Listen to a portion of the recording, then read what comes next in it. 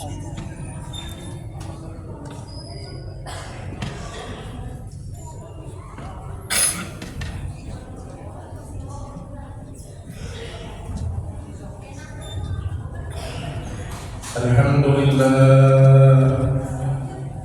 لله الذي نور قلوب العارفين بمداومة الذكر في كل وقت وحين.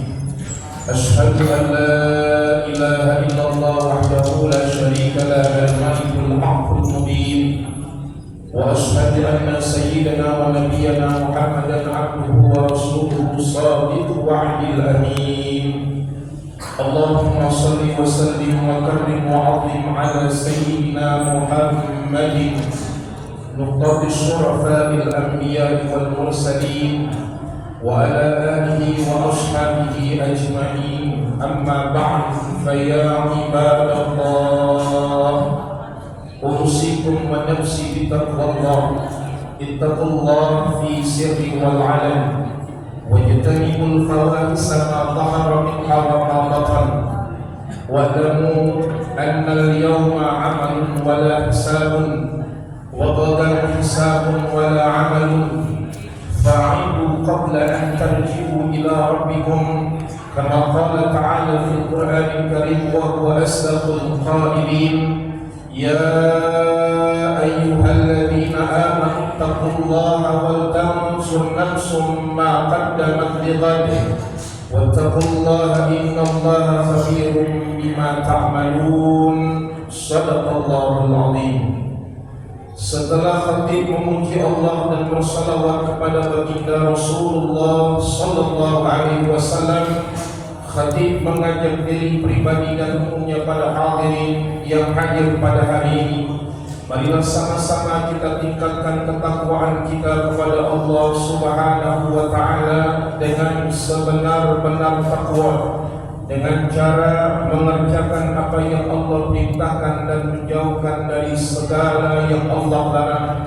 Karena sesungguhnya takwa ini adalah sebaik-baik bekal untuk hidup kita di dunia dan bekal untuk pulang ke kampung akhirat. Sebagaimana yang Allah katakan di dalam Al-Quran, wa tazawwadu fa inna khairaz zadi taqwa.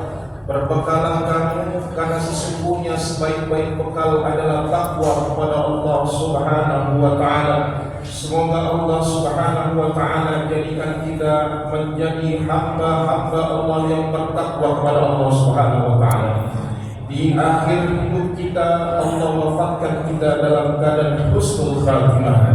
Di yaumil qiyamah kita mendapatkan syafaat dari Nabi Muhammad sallallahu alaihi wasallam, dan di akhirat nanti kita dikumpulkan di dalam surganya Allah bersama Nabi Muhammad sallallahu alaihi wasallam. Amin ya rabbal alamin.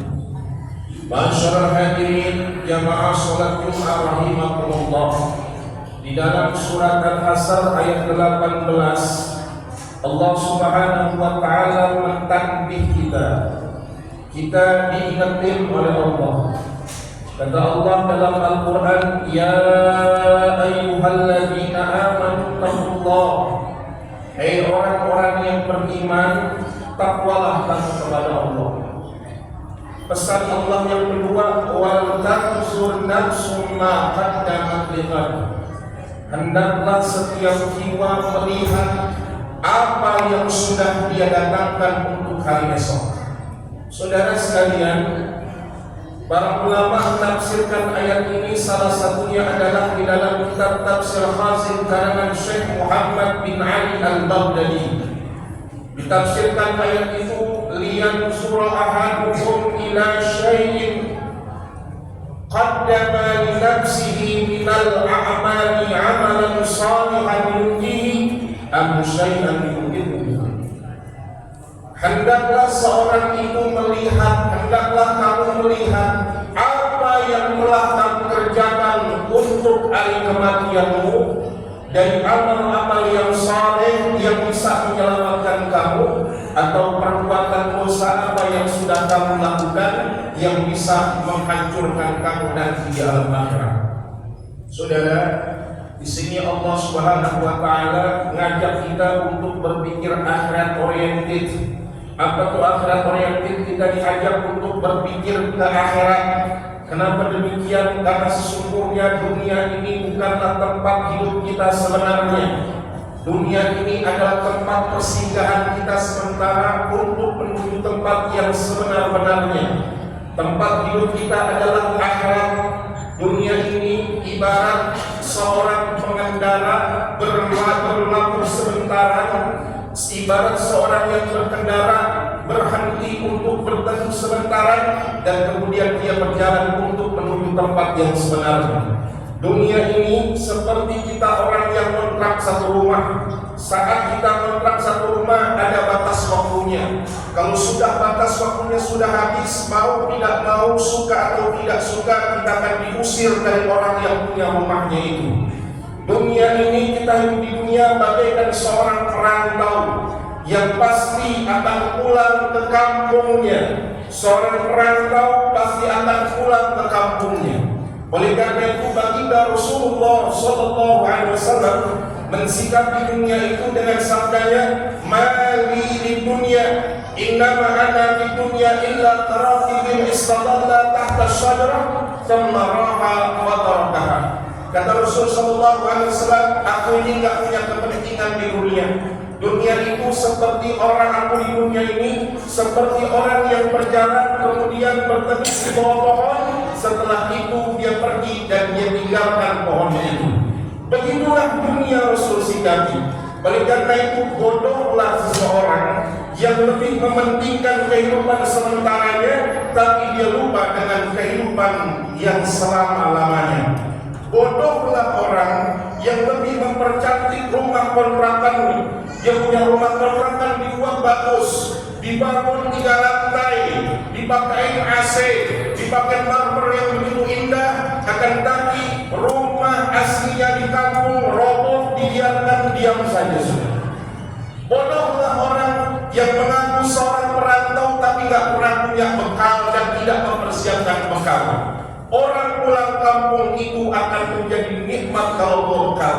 Kalau dia bawa bekal pulang kampung, jangankan di kampungnya, di rest areanya saja dia sudah nikmat.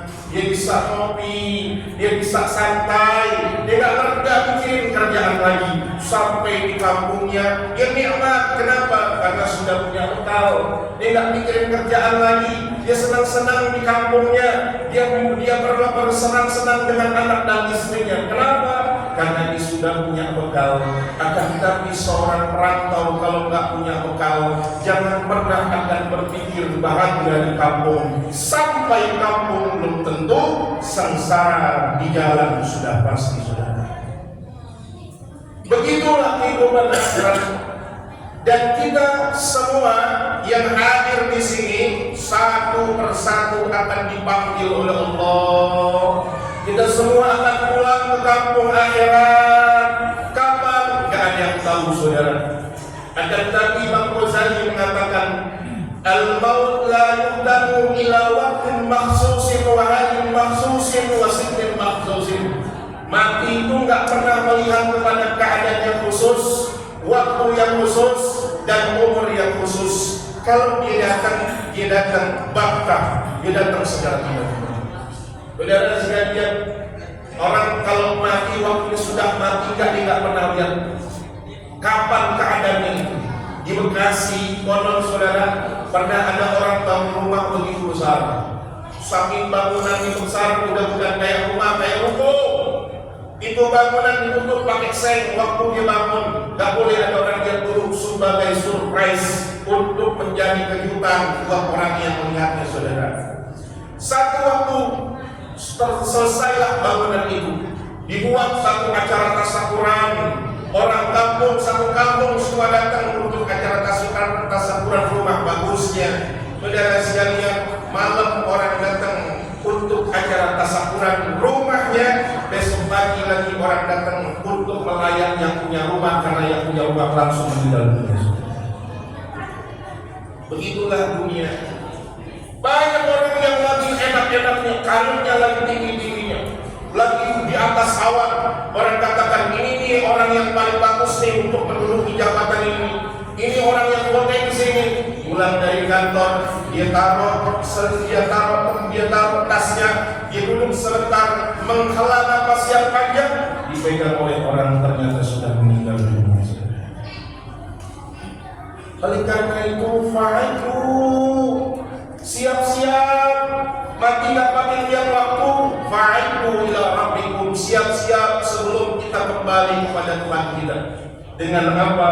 Bekalnya adalah yang pertama, jangan ditinggalkan yang diperintahkan oleh Allah Subhanahu wa Ta'ala.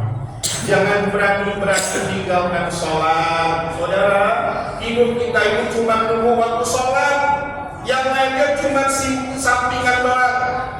Hidup kita tuh seperti orang yang nunggu waktu sholat, yang lainnya sampingan doang. Kenapa? Allah katakan, wa ma khalaqtul jinna wal insa illa liya'budun. Aku tidak ciptakan jin dan manusia kecuali untuk menyembah kepada Allah. Saya melihat satu waktu di media sosial ada orang di Turki, ketika terjadi runtuhan yang begitu dahsyat, orang diruntuhkan dengan bangunan itu. Ketika terjadi gempa, itu orang bersaksi, dia katakan, saya tak berani lagi meninggalkan sholat. Kalau perlu saya tak bangun dari sujud. Kenapa? Begitu dia mengetahui ketika dia lagi, dia melakukan mati suri, saudara, dan akhirnya diselamatkan. Selamat, dia hidup lagi. Dia katakan begitu dahsyatnya orang yang tidak sholat, siksaan. Jangan tinggalin sholat, jangan tinggalkan puasa, jangan tinggalkan haji, jangan tinggalkan zakat bagi yang mampu, dan jangan tinggalkan tutup aurat. Perintahkan anak dan istri kita tutup aurat, saudara. Itu aurat ditutup. Saudara sekalian, ini saya kutip dari Habib Jindan. Habib Jindan bin Nawfal bin Jindan. Dikatakan bapak Yahudi, suami Yahudi, kata beliau bapak yang sial, orang tua yang sial, waktu dia dikubur, anak dan istrinya belum pakai jilbab. Masya Allah. Anak dan istrinya belum pakai jilbab, kemana-mana pakai celana pendek, pakai baju UKC. Nauzubillah min dzalik, saudara. Mungkin perkataan ini tidak mengenakan hati kita, akan tetapi saya harus berkata itu karena walaupun kita orang baik, walaupun kita orang saleh, tapi anak dan istri kita tidak menutup aurat, anak dan istri kita tidak sholat dikerjakan, anak dan istri kita tidak baca Quran dikerjakan, besok di hadapan Allah dikatakan, ya Rabbana khudh lana bihaqqina ma'ana mana jahulihum. Wahai Tuhan, ambil hak kami. Dulu kami tidak pernah diajarkan sholat, dulu kami tidak pernah diajarkan tutup aurat, sekarang kami tidak mau masuk surga neraka sendirian. Ambil suami kami untuk dimasukkan ke dalam neraka. Nauzubillah min dzalik. Begitulah kata Allah, ya ayyuhalladzina amanu ya ayyuhalladzina qu anfusakum wa ahlikum nar. Jaga dirimu dan keluargamu dari api neraka. Dan terakhir, saudara sekalian, tadi yang wajibnya sekarang, yang sunahnya kalau bisa dikerjain nih. Kata Rasulullah SAW bahwa pada fi qabri wa pada maut ada 7 kerjaan yang dia ngalir pahalanya sekalipun orangnya sudah mati. Mudah-mudahan ini kita punya 7 ini. Satu, yang pertama, man 'allamal Qur'an, man 'allama ilman. Siapa yang ngajarin ilmu agama sekalipun orangnya sudah mati, pahalanya lulus. Au ajran nahron, atau dia mengalirkan air sungai. Au hafara ibran, atau dia gali air sumurnya diminum oleh orang, dipakai oleh orang sudah mati, pahalanya lulus. Au gharsan nakhlan, atau dia tanam pohon-pohonan, buah-buahnya dimakan oleh orang banyak, orangnya sudah mati, pahalanya lulus, saudara. Au bana masjidan, atau dibangun masjid. Au wartha mushafan, atau diwariskan mushaf Al-Quran, orangnya sudah meninggal dunia, Qurannya masih dipakai oleh orang, pahalanya terus. Au taraka waladan yastaghfirullah, atau dia meninggalkan anak yang soleh, yang ketika kita meninggal dunia dia yang sholatin, ketika kita meninggal dunia dia masukkan kita ke dalam kubur, ketika kita meninggal dunia kalau dia angkat tangannya, ya Allah ampuni dosa ayah dan ibu saya, seketika itu Allah ampuni dosa-dosa kita, saudara. Mudah-mudahan Allah jadikan kita hamba-hamba yang bertakwa kepada Allah Subhanahu wa Ta'ala, selamatkan kita di dunia dan di akhirat. Kelak nantinya Allah wafatkan kita semua dalam keadaan husnul khatimah. Barakallahu li wa lakum fil Qur'anil Karim wa nafa'ni wa iyyakum bima fihi min ayatin wa dhikril hakim. Taqabbalallahu minna wa minkum tilawatahu innahu sami'un 'alim. قولي هذا استغفر الله لي ولكم ولسائر المسلمين والمسلمات والمؤمنين والمؤمنات فاستغفروه إنه هو الغفور الرحيم. اللهم صل على سيدنا محمد وعلى آله سيدنا محمد.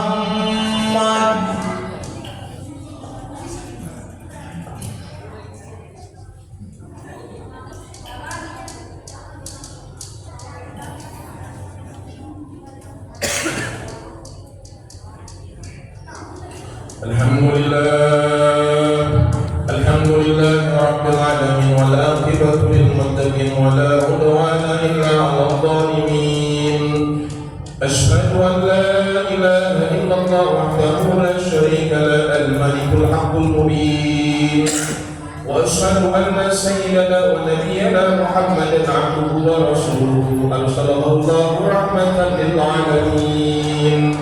اللهم صل وسلم وبارك على سيدنا محمد وعلى آله وأصحابه أجمعين.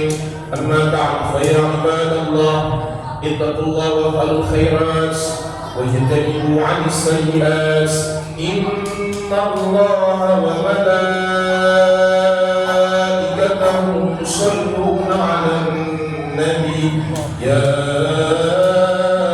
أيها الذين آمنوا صلوا عليه وسلموا تسليما.